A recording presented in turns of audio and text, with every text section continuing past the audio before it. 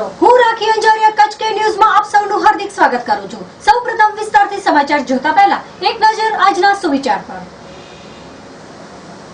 કોઈએ ખૂબ જ સાચું કહ્યું છે કે સુખ આવે જ્યારે જિંદગીમાં ત્યારે ચાખી લેજો મીઠાઈ સમજીને, અને દુઃખ આવે જ્યારે જિંદગીમાં તો ખાઈ લેજો દવાઈ સમજીને। તો હવે જોઈએ એક નજર આજની હેડલાઇન્સ પર।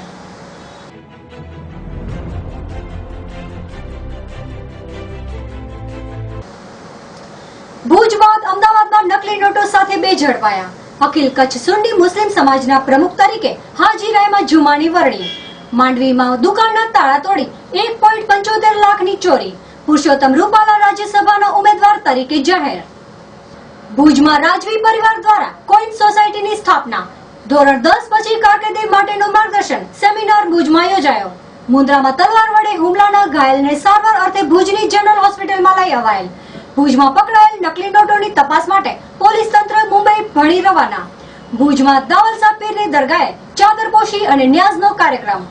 ભુજમાં અંબા મંડળ દ્વારા ગૌ હત્યા અટકાવવા 3 દિવસીય નવચંડી યજ્ઞ યોજાયો હતો।